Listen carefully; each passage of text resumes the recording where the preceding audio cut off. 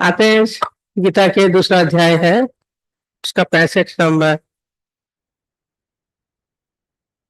से बोल रहे हैं अंतःकरण की प्रसन्नता। आपका आंसर आएगा इसमें। अंतःकरण की प्रसन्नता होने पर इसके संपूर्ण दुखों का अभाव हो जाता है और उस प्रसन्न चित्त वाले कर्म योगी की बुद्धि शीघ्र ही सब ओर से हटकर एक परमात्मा में ही भली भांति स्थिर हो जाती है। नहीं समझ में आया। प्रसन्न चित्त कैसे होगा? प्रसन्न चित्त कैसे होगा? माइक पे ना, आवाज आपकी माइक की बढ़ा। प्रसन्न चित्त वही हो सकता है जिसकी मैं ना बची। जिसकी मैं ना बची। अच्छा, ये आंसर इसमें आ रहा है। तो अंतःकरण की प्रसन्नता होने पर इसके संपूर्ण दुखों का नाश हो जाता है। अब अंतःकरण की प्रसन्नता कब नहीं होती? हम प्रसन्नचित्त कब नहीं होते हैं, पहले अपने आप से पूछिए। मैं दुखी क्यों हूं? मैं उलझा हुआ क्यों हूं? मैं टेंशन में क्यों हूं? कभी अपने आप से कारण पूछते हैं? नहीं पूछते हैं। अभी इससे पहले सारा चला था कि दुख का कारण क्या है? कामना। कामना पूर्ति नहीं हो रही है तो क्रोध भी आ रहा है, उलझन भी हो रही है। और फिर ये देखिए कामना क्यों उठ रही है? ज्ञानी को नहीं उठ रही, आपको उठ रही है कामनाएं, क्योंकि आपके भीतर भेद बुद्धि है, बुद्धि में भेद है। अब ये भेद क्या है? भेद है अच्छा है बुरा है, गलत है सही है। आपका अंदर में चुनाव चलता है। फिर जो अच्छा है वो आपको चाहिए, बुरा नहीं चाहिए। अच्छे की तरफ आप भागेंगे, बचना चाहेंगे बुरे से। और यदि बुरा मिल रहा है तो दुख होता है, अच्छे की तरफ आकर्षित होता है। ये मन की विडंबना है कि भेद बुद्धि के कारण हमारे अंदर ये चलता है। और उसमें आपका क्या होता है? अंतःकरण मलिन होता है। अंतःकरण मलिन होता है और अंतःकरण मलिन है तो प्रसन्नता नहीं होगी, कारण है। और जब अंतःकरण मलिन नहीं है तो दुख सुख भी है, सब कुछ आपको व्यापेगा, आप बच नहीं सकते। अब ये पूछा जाएगा अंतःकरण शुद्ध कैसे हो? तो कहते हैं जो भक्त भगवान के परायण है, भगवान के परायण हो जाइए तो कोई सुख नहीं है, कोई दुख नहीं है, नहीं शोक, कुछ नहीं। हम क्यों नहीं उसके करीब चले जाते? हमारा सारा समय मन दो से रहता है, या राग में रहता है या द्वेष में रहता है। बोला अच्छा है या बुरा है? राग में रहेगा या द्वेष में रहेगा? अभी चला था। हमारे बुद्धि में राग द्वेष चलता रहता है, इसीलिए ही सुखी दुखी हो रहे हैं, इसीलिए दुखी सुखी है। तो बोला उसका चिंतन कर रहे हैं मन का, उसके राग के मिलने ही तो अच्छा है, नहीं मिल रहा है तो खिन्नता हो रही है।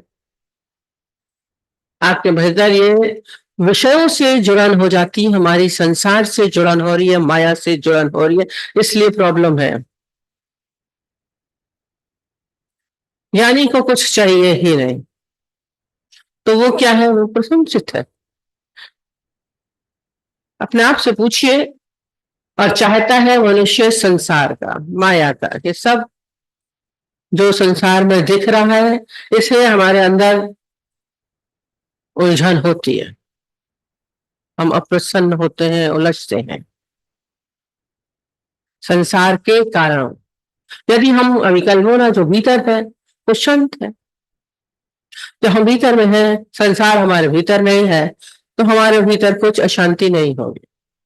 स्वच्छ अंतर, हमारा अंतःकरण स्वच्छ और पवित्र रहता है जब संसार भीतर नहीं है। तो बोले बाहर तो इतना गंदा है, तो हम देखते हैं तो हमारे अंदर आ जाता है। संसार में सारा समय तो देख रहे हैं, अच्छा बुरा सब चलता है, अच्छा भी भीतर जाता है, भीतर भी जाता है। तो बोलते हैं अंतःकरण हमारा शुद्ध ही है। बचपन में आए आपके भीतर कुछ नहीं था, आप शुद्ध पवित्र होते हैं, बच्चा है। पर जैसे ही बड़े होते जाते हैं हमारे अंदर मलिनता आती है। अंतःकरण शुद्ध है, जैसे दूध शुद्ध है, पर यदि उसमें कुछ मिला दिया जाए तो वो अशुद्ध हो जाएगा। हम अक्सर ही बताते हैं यदि उसमें शुद्ध दूध भी मिलाया, पानी मिलाते हैं, शुद्ध गंगा जल में मिलाएंगे तो भी उस दूध को शुद्ध नहीं कहा जाएगा। आप दूध वाले बोलेंगे ना पानी मिला के आया, शुद्ध शुद्ध मिलके ज्यादा डबल हो जाना चाहिए, पर डबल तो नहीं होता है, डबल शुद्ध तो नहीं होता है, वो अशुद्ध बोलते हैं। उसमें कुछ न कुछ मिल गया। तो हमारे भीतर हमारा अंतःकरण स्वच्छ है, ये बोलते ना शून्य अवस्था जब खाली है, हमारे अंदर कुछ ना कुछ जब जा रहा है। संसार हमारे भीतर जब गया, मिल गया, तो अंतःकरण मलिन होगा, और मलिनता में प्रसन्नता संभव नहीं है। चाहे अच्छा गया चाहे बुरा गया, चाहे गलत गया चाहे सही गया, अब कोशिश ये है कि हमारे भीतर ये सब जाए ना। संसार हमारे भीतर यानी इसका सारा समय प्रयत्न करता रहता है, बुद्धि के मलिनता। अब ये अंतःकरण मलिन होता है, ये बोला एक भेद बुद्धि के कारण होता है, दूसरा अहम के कारण होता है। मैं हूं तो मुझे चाहिए, तन का भाव है, जीव भाव है, फिर इसमें सब कुछ अच्छा भी चाहिए, बढ़िया भी चाहिए, मान सम्मान भी चाहिए, अपमान नहीं हो इसका, धन भी चाहिए, पदार्थ भी चाहिए। आप शरीर से जुड़े, तन से जुड़े, तो आपको सब चाहिए। अहम, मैं हूं, अहम है ये मैं हूं। आप जब जीव के भाव में हैं, तन के भाव में हैं, तो अहम है, इससे आपके भीतर मलिनता आएगी। तो ये भीतर की भेद बुद्धि और तन के भाव को मिटाने के लिए हमें क्या करना है, अपने जीवन में इसको भक्ति को स्थान दीजिए। हम क्या करें, परमात्मा से जोड़ते जाए। जितना जितना हम उसके साथ जुड़ेंगे तो हमारा संसार हमसे दूर होता जाएगा, स्वतः होगा, करना नहीं पड़ेगा। और हम बोलते आप कहीं से आए, हम लखनऊ से बाहर जाएंगे तो हमारा लखनऊ हमसे छूटेगा। तो ऐसे ही आपकी भीतर स्वच्छता पवित्रता आती जाती है जब हम उसकी तरफ जुड़ जाते, उसके निकट होते चाहिए, क्योंकि परमात्मा शुद्ध स्वरूप है, आत्मा शुद्ध स्वरूप है। जितना हम उसके करीब जाएंगे तो हमारे भीतर भी स्वतः ही स्वच्छता पवित्रता आती है। आज मंदिर में बैठते हैं, मंदिर में मूर्ति कुछ नहीं कहती, आपको मूर्ति कुछ नहीं कहती है, पर आपको वहां बैठ के आपके भीतर स्वच्छता खुद ब खुद नहीं आती, चित्त शांत होता है, स्वतः होता है। आप जाके शांति आ गई, जब भी किसी के घर में कुछ प्रॉब्लम होती सीधा मंदिर में जाके बैठ जाते हैं। ये खाली प्रभाव, जुड़े आप परमात्मा से, ये आत्मा से हमारी जुड़न हो तो दोनों अरस परस होगा। आत्मा से परमात्मा से जुड़न हमारे कब होगी, इसके लिए क्या करना पड़ेगा, हमें संसार से संबंध विच्छेद करना पड़ेगा। दादाजी बोलते थे फारकती लो, उर्दू शब्द फारकती मीन्स डाइवोर्स लो, संसार से हमें डाइवोर्स लेना है। जब डाइवर्स होता है तो पति पत्नी भले कितने ही जुड़े हो, कितने ही मिले हो, डाइवर्स होने के बाद अलग हो गए, हाँ? और उसमें संसार के साथ साथ ये जीव तन का भाव होना, कल वो पुरुष शरीर, शरीर से भी हमें डाइवोर्स लेना है, संबंध विच्छेद करना पड़ेगा। जब तक संसार से संबंध विच्छेद नहीं होगा, अब दूसरी शादी करने के लिए पहले उसके साथ पहले वाले से छोड़ना पड़ता है, हम तब दूसरे से विवाह कर सकते हैं। तो हमने बहुत नाता जोड़ा हुआ है, संसार से जोड़ा, माया से जोड़ा, धन से, पदार्थों से, व्यक्तियों से, माँ बाप से, पति से, सबसे हमने संबंध जोड़ा हुआ है। इसलिए अक्सर ये शब्द बोलते हैं ना, ज्ञानी संबंध रहित होता है। संबंध रहित, संसार से हमें अपने संबंधों को सारे को क्या करना है, हटाना है। अब कब संबंध विच्छेद करते हैं, डाइवर्स होते, हमें मिठाई मिली थी, किसी का डाइवर्स हुआ, बहुत दौड़ मची थी, उसको बहुत मेहनत करनी पड़ी, बड़े वकील रखने पड़े, जल्दी नहीं डाइवर्स होता है। शरीर से भी, संसार से जल्दी नहीं होता है, गुरु वकील को बिठाइए, तभी आपका भीतर का जो संबंध, जो तारें जुड़ी हैं गहरी सूक्ष्म में, ये हटेंगी, तब हटेंगी। फिर क्या होगा, फिर कुछ भी हो रहा है, घटना घट रही है, अच्छी परिस्थिति है, बुरी परिस्थितियां हैं, कुछ भी घटना बाहर हो रही है, क्योंकि आपका उससे, अब पति कुछ भी कर रहा है, चाहे दूसरी लड़की के साथ घूम रहा है, चाहे उसका नुकसान हो गया है, चाहे लंगड़ा लूला हो गया, आपका उससे कोई मतलब नहीं रहेगा। कुछ होगा नहीं होगा, क्योंकि आपका तो उससे संबंध विच्छेद हो गया। होते तो आपको करना पड़ता, बीमार है तो सेवा करनी पड़ती, नुकसान होता तो आपको दिक्कत होती, आपको कोई दिक्कत नहीं हुआ, कुछ भी हो रहा है। तो ऐसे ही जब आपका संसार से संबंध विच्छेद हो गया, डाइवर्स हो गया, तो फिर आपको वहां की घटनाएं, परिस्थितियां, हालतें कोई प्रभाव नहीं डाले। यानी तो कहते क्यों नहीं लगता है, शरीर की पीड़ा क्यों नहीं लगती है, दर्द क्यों नहीं लगता है, क्योंकि उसका संबंध विच्छेद किया शरीर से। ये तन के भाव से हमें अपने को हटाना है। मेहनत हो पर हमें इसका पूरा सारा समय चलता रहता है। जीवन तभी स्वच्छ होता है, तभी पवित्र होता है, प्रसन्नता तभी आएगी। संसार में प्रसन्नता आनंद नहीं है, खुशी है, टेम्पररी खुशियां हैं, फिर हमें चित्त प्रसन्न चित्त नहीं रह पाता है। एक इच्छा पूरी होती है, फिर दूसरी खुशी ढूंढने लगते हैं, फिर तीसरी ढूंढने लगते हैं। कहाँ चित्त शांत होता है, स्थिर नहीं होता है। चित्त की स्थिरता, बुद्धि की स्थिरता, वही बोला था, हमारे भीतर स्थिरता है। आपका तो बाहर से भले नहीं होगा, वस्तुएं नहीं है, पदार्थ नहीं है, धन नहीं है, पर आपका भगवान का चिंतन तो नहीं खत्म होता है, भीतर चिंतन चलता रहता है। पास में पति नहीं है पर चिंतन है, बेटा नहीं है पर चिंतन है, धन नहीं है पर धन का चिंतन है कि नहीं है, पदार्थों का चिंतन है कि नहीं है, पूछिए सारा समय। जिसे उसका चिंतन हमारे भीतर नहीं आने देना है, वो तो ऐसे कैसे हो, तो हमारे उदाहरण दिखाते हैं, जितने भी ज्ञानी हुए, राजा जनक थे, उनके भीतर क्या चलता था। वो बैठे संसार में थे, राजमहल में बैठे थे, मुझे भोगों का, कल भी बोला, चिंतन नहीं है, विषय सामने होते हुए भी चिंतन नहीं है, और आपके पास भोग नहीं है पर आपके भीतर चिंतन है, तो आपका अंतःकरण शुद्ध नहीं होता है, वो अपने आनंद में है। संभव हो सकता है, किया है, हमारा भी हो सकता है, ऐसा नहीं कि नहीं होगा, इम्पॉसिबल नहीं है। कैसे छूटे संसार से, माया से कैसे छूटे, छोड़ा है उन्होंने। बाहर होने दीजिए, कुछ भी घटनाक्रम हो रहा है, ज्ञानी अप्रभावित होता है, क्योंकि उसके साथ वो जुड़ा नहीं। इसलिए जुड़ेंगे तो जरूर आपको हलचल होती है, दूसरा बहुत स्पर्श रहे, छुआ तो आपको दिक्कत होती है ना, दूर है, गर्म चीज है, चाहे ठंडी है, पर यदि आपने बर्फ को हाथ में उठाया तो आपको ठंडा लगेगा, हाथ थोड़ी देर में बंद होएगा। आग बाहर है तो कोई नहीं, पर पास में आपने उठाया तो हाथ जलेगा। तो संसार में कुछ भी हो रहा है, हमें नहीं छूना है, होता रहे, हमें नहीं छूना। ये तप है, पूरा अभी पतंजलि में बताया था, है तप हमारे जीवन में, हमारे जीवन में ये तप होना चाहिए। ये तपस्वी जीवन है, यानी बाहर से सब दिख रहा है कि यहाँ पर, भीतर से वो उसका तप चलता रहता है।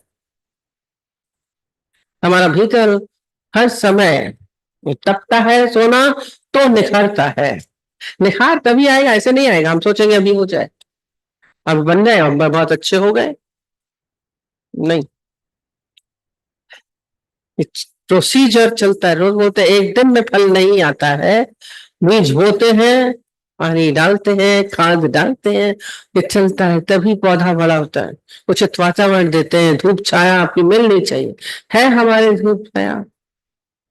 श्रद्धा का खाद डालिए, प्रेम का पानी डालिए, तभी जीवन में परिवर्तन है। हम कुछ नहीं करेंगे तो नहीं।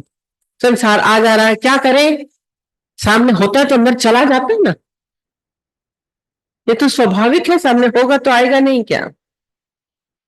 अब बोला, जैसे आपका घर सड़क के किनारे है, घर बहुत अच्छा है, साफ सुथरा है, पर सड़क पे बहुत कूड़ा है,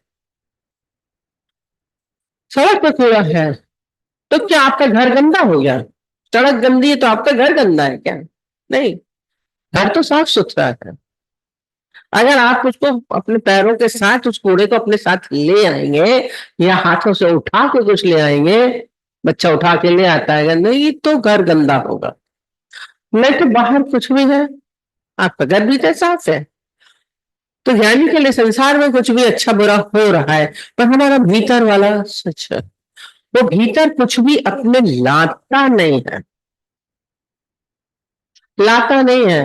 और बोलते आ जाता है, आ जाता है, क्योंकि हमने खुद अपनी वृत्तियों को उधर धकेला है। तो बोला सबसे सरल साधन है, सब साधन का मूल है दुर्लभ सतगुरु प्रेम।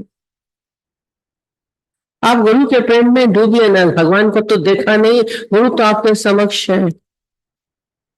गुरु प्रेम में डूबिए तो आपको क्या संसार दिखेगा नहीं। जितने भी अभी पीछे हिस्ट्री में हम लोग के सामने हुए हैं, जिनके अंदर भक्ति है, जिसके अंदर गुरु प्रेम है, उनको संसार नहीं लगा, संसार उनके पीछे नहीं आया। हम कहीं पे भी डूबना चाहते नहीं है, अहम हमारा सामने आता है, और अहम हो करके हम कुछ बनना चाहेंगे, इम्पॉसिबल। मेरी मौजूदगी जो है और मैं ऊंचाइयां भी पहुंच जाऊं, दोनों चीजें नहीं है। नीचे आप घाटी में बैठे हैं, ऊपर बादल भी है और उसके ऊपर फिर पहाड़ की चोटियां, तो आपको बादल अपने ऊपर दिखते हैं मंडराते हुए, घाटी में बैठे हैं। पर जब आप चोटी पे चढ़ गए तो क्या हुआ, बादल नीचे आ जाएंगे। हवाई जहाज में चढ़ते हैं तो बादल हमारे नीचे होते हैं। तो हम जीव भाव में है, अहमता में है, तो ये संसार के बादल, दुख दुख के बादल, परेशानियों के बादल हमारे सर पे मंडराते, सर पे। और जब आत्मा की ऊंचाइयों पे आते हैं, आप उस शिखर पे आते हैं, ये बोला, तो ये सब संसार की माया, दुनिया, दुख, पीड़ाएं हमारी सारी नीचे हो जाती। बादल नीचे, कालिमा नीचे। हम क्यों ये उस भाव में आते हैं? बार बार बोलते हैं आत्मिक भाव, भाव बोले हैं, भाव की महिमा है, कुछ है भाव, सारा काम ही भाव का है, सारा मूल भाव। मूल भाव, मूल भाव एक तो होता है मूर्ख, तो गीता में जो बोले ना दो, इसमें हम दो तरीके से बताते हैं। एक तो मूर्ख होता है जिसको आता ही नहीं है, वो बोलता है मेरे को नहीं आता है ना, मैं मूर्ख है, हमें नहीं आता है।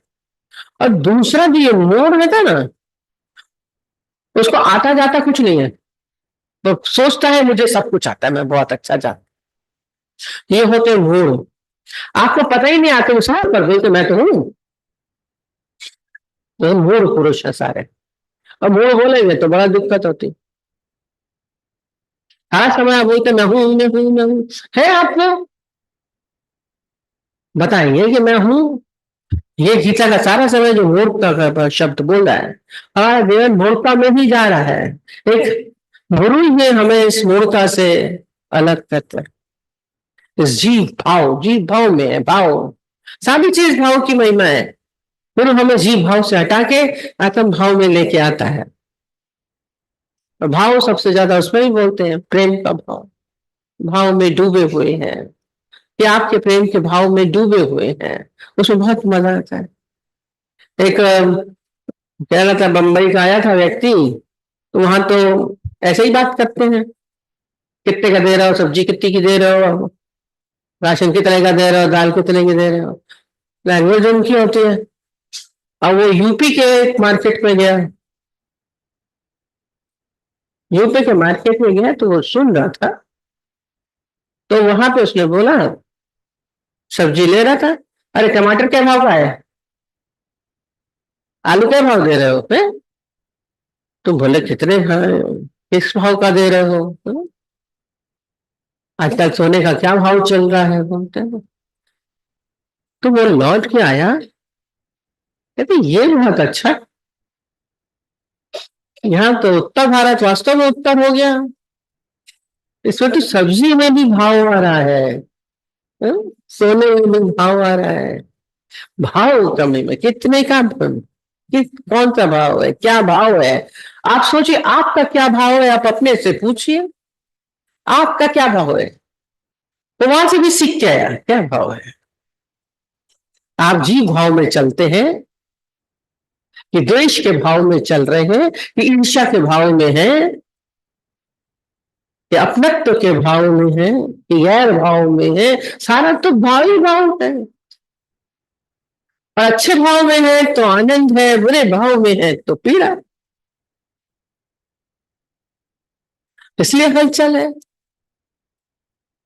भाव पूछ रहे हैं, भाव तो सारा भाव का ही पूरा साम्राज्य है, सारा भाव चलता है, वात्सल्य भाव, श्रृंगार का भाव, विभत्स भाव, सारा चलते हैं, उसी में ही रस भी है। ये क्रोध के भाव में बैठा है, दूर से भी दिखेगा, क्रोध वाला दिखेगा, प्रेम वाला दिखेगा, उदास का भाव दिखेगा, दिखता है कि नहीं? आखिर जो भीतर है, ये भाव का पूरी महिमा है, आखिर पूरे शरीर से दिखता है, आपके उठने से, बैठने से, आपके आंखों के देखने से, सब चीज से दिखता है भाव। हम बोलते हैं आपका पूरा शरीर, एक बोलते हैं ना बॉडी लैंग्वेज, पूरा शरीर बोलता है। आप लोग बोलिए ना, बोलिए, हम आपके सारा समझ सकते हैं। अभी बॉडी लैंग्वेज से हम आपको पूरा समझ सकते हैं कि आप कहाँ पे हैं, क्या है। भले आप कुछ ना बोलिए, आपका अहंकार भी झलकता है, आपका प्यार भी झलकता है, आपकी दया भी झलकती है, आपकी उदासी भी झलकती है। आप देखिए नहीं झलकती?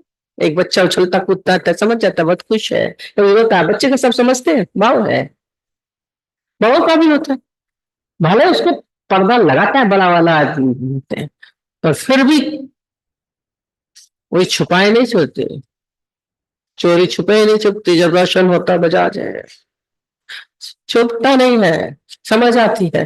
तो कोशिश हो हमारा भाव के ऊपर हम ध्यान दें कि हमारा भाव क्या है। और यहाँ पे तो जो ज्ञान के हिसाब से है, वो सारा समय यही ध्यान देना है कि हम आत्मिक भाव में रहें, परमात्मिक भाव में रहें, ईश्वरीय भाव में रहें, हम जीव भाव से हटे अपने को। ये तन का भाव सारा समय इसी में ही जो डोल रहे हैं, और इसी से सारा है, संबंध भी इसी से है, अच्छा बुरा भी इसी से ही है, गलत सही भी इसी से है, दुख सुख भी इसी से ही, सारा इससे ही है, बीमारी तकलीफ भी इसी से ही है, विकार भी इसी से उठते हैं।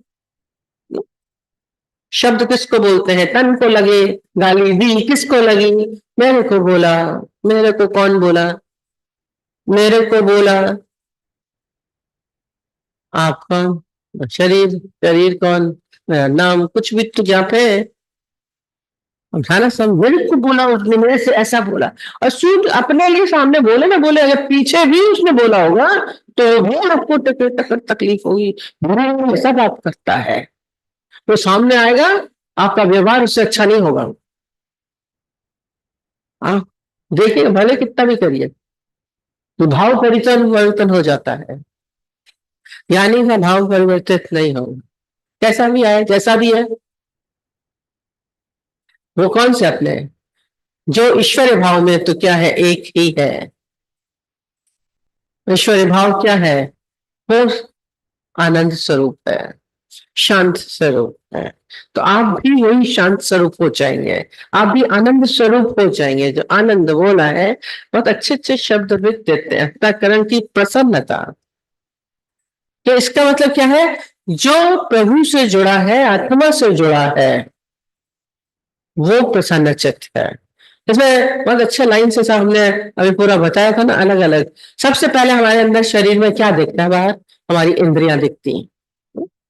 मोस्टली हमारा इंद्रियों से ही रास्ता पड़ता है, आंख नाक कान रूप दिख रहे हैं, अपना भी दूसरे का भी। और इन्हीं को ही हम सुखी करना चाहते हैं, आंखों से अच्छा देखना चाहते हैं, अच्छा दृश्य, अच्छा रूप, अच्छा वस्तु, ऐसी पदार्थ।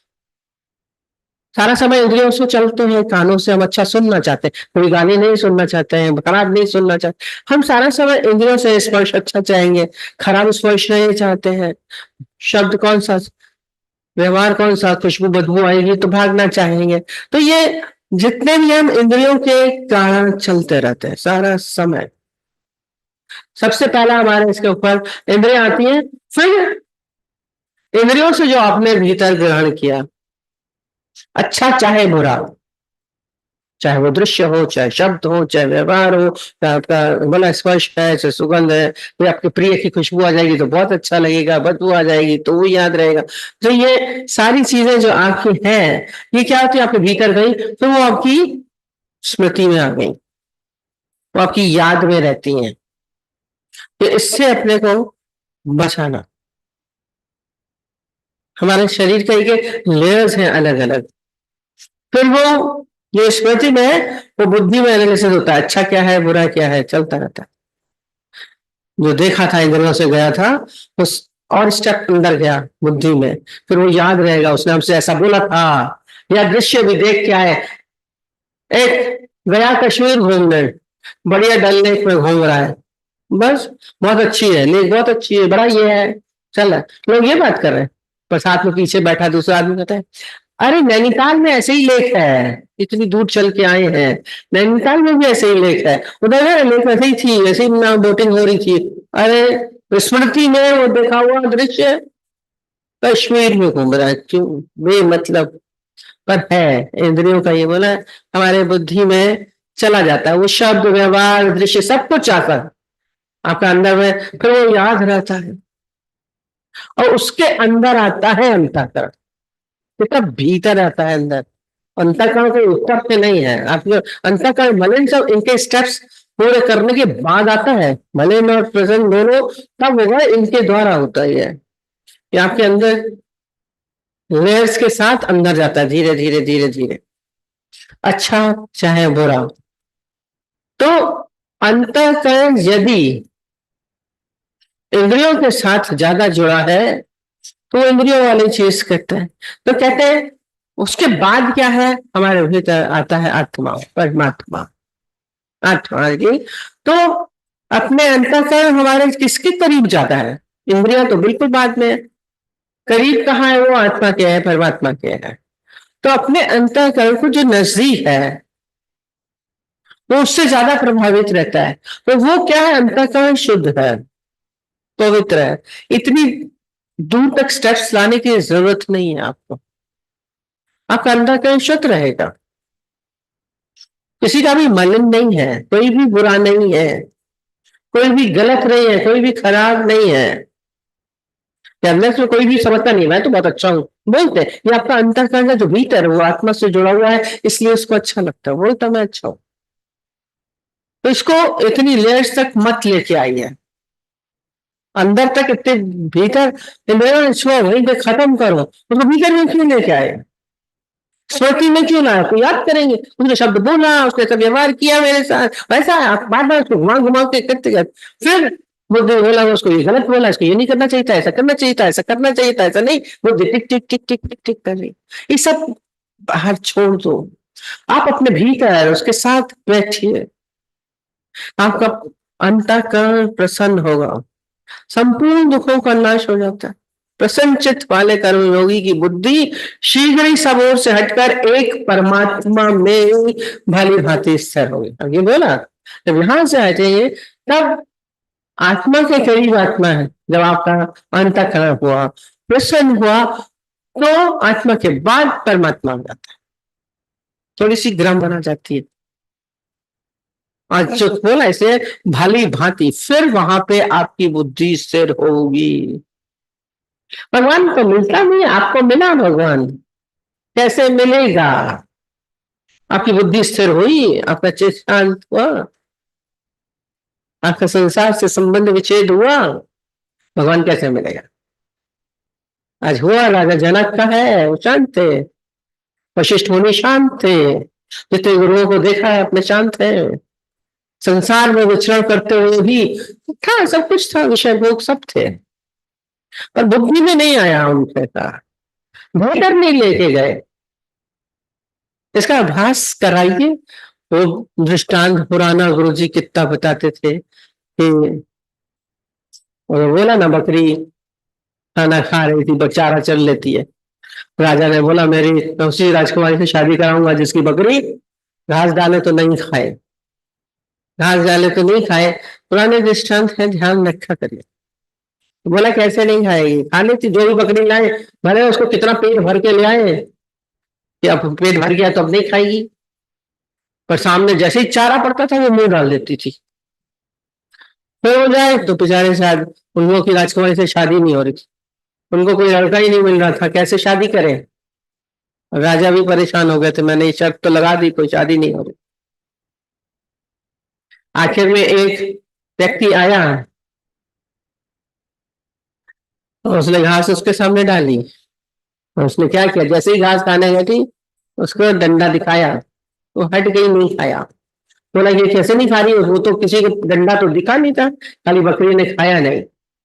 राजा ने बोला कि कैसे तुम्हारी बकरी खाना है, नाच घास नहीं खा रही है, नहीं तो सब खा लेती है, चाहे खाना उसको घास चरा के भी आता था, सब कुछ करके आते थे। बोले मैंने इतने दिन इसका अभ्यास कराया था, मैं इसके सामने घास डालता था, और जैसे ही खाने में मुंह डालती थी, घास के मुंह डालती थी, मैं डंडा उसको मारता था। अब ये डंडा देख के घास नहीं खाती है। बोले ये तो बहुत बढ़िया। कहते ऐसे ही हमारी इंद्रियां बाहर चरने की आदत है, कहते नहीं तो स्वभाव है, स्वाभाविक चली जाती है, अच्छा दिखता है तो देख लेते हैं, खराब कोई बोलता है तो अंदर चला जाता है, ये तो नेचुरल है, घास खाना भी बकरी का नेचुरल है, नहीं बोलेंगे हमें तो लग जाता है, शब्द तो अपने आप ही अंदर चले जाते हैं, दृश्य तो चला ही जाता है, बकरी का स्वभाव है। पर इसमें क्या है, वैराग्य का डंडा आपका चलता रहना चाहिए, साथ दिखाइए मन को, है दिखता है नहीं दिखता है, हम सारा समय इसको खुला छोड़ देते हैं, छुट्टा मत छोड़िए। हमने कितनी बार बताते थे ना, दिल्ली में गए, एक लड़का बोलता मुझे कमरा ही नहीं मिल रहा है, कमरा ही नहीं मिल रहा है, तो हमने कहा क्यों नहीं तुमको कमरा किराए पे लेना था, कमरा ही नहीं मिलता है। अरे कमरे गए, वो पंजाबी बंदा था, तो आके बोला, सब बोल रहा है मेरे को, तू छुट्टा है, छड़ा है, तेरे को नहीं मिलेगा, तू छुट्टा है, छड़ा है, तेरे को नहीं। तुमने क्या मतलब, शादी नहीं की थी ना, छुट्टा हुआ रो रहा है, तो उसको शायद नहीं कमरा देंगे, माने क्या होगा, है तो शादी से बना रहता है, अभी तो छुट्टा है, इधर उधर क्या करेगा, खराब करेगा, तो आपने भी मन को छुट्टा छोड़ रखा है, खुला छोड़ रखा है, तो बैठे वो मुंह मारेगा इधर उधर, पता नहीं क्या करे, तुम्हारे को जगह नहीं देते, बने रहते पत्नी से तो सही रहते, नहीं तो दिक्कत होती है। तो इसको वैराग्य का झंडा है, डंडा, इसको सारा समय देते रहेंगे तभी जीवन सही होगा।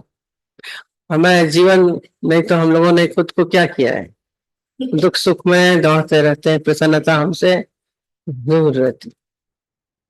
एक ही भाव में आ जाओ, आत्मा के भाव में, सारे भाव उसी में डूब जाएंगे, और इस भाव में आएंगे, इसमें आएंगे तो आपको फायदा ही फायदा है, संसार में आपको नुकसान नहीं मिलेगा, क्योंकि संसार में सब आपको पीड़ा मिलती है, जितना जितना संसार से जुड़े हैं तकलीफ होती है, जो रहते वो लोग भी है पर उनको प्रभाव नहीं पड़ता। और बोला था ना, एक राजा, एक संत, राजा के पास एक संत रहता था, राजा लोग संतों को रहा लेते हैं अपने पास, इतनी सुविधा दे देते हैं। तो एक बार आग लग गई, महल में आग लग गई, तो सब धो धो करके जल गया बेचारा। संत का भी जल गया सामान, वो बेचारा 2 लंगोटी लाया था वो भी जल गई, उसका थोड़ा सा सामान था वो भी जल गया, और उसका खाली वो तो पूरी झोपड़ी उसकी जल चुकी थी, कुछ भी नहीं बचा था। राजा भी रो रहा था, उसका करते करते कुछ बच गया था। जब बहुत रो रहा था तो आखिर संत ने बोला, कितना जला तुम्हारा, कितना जला?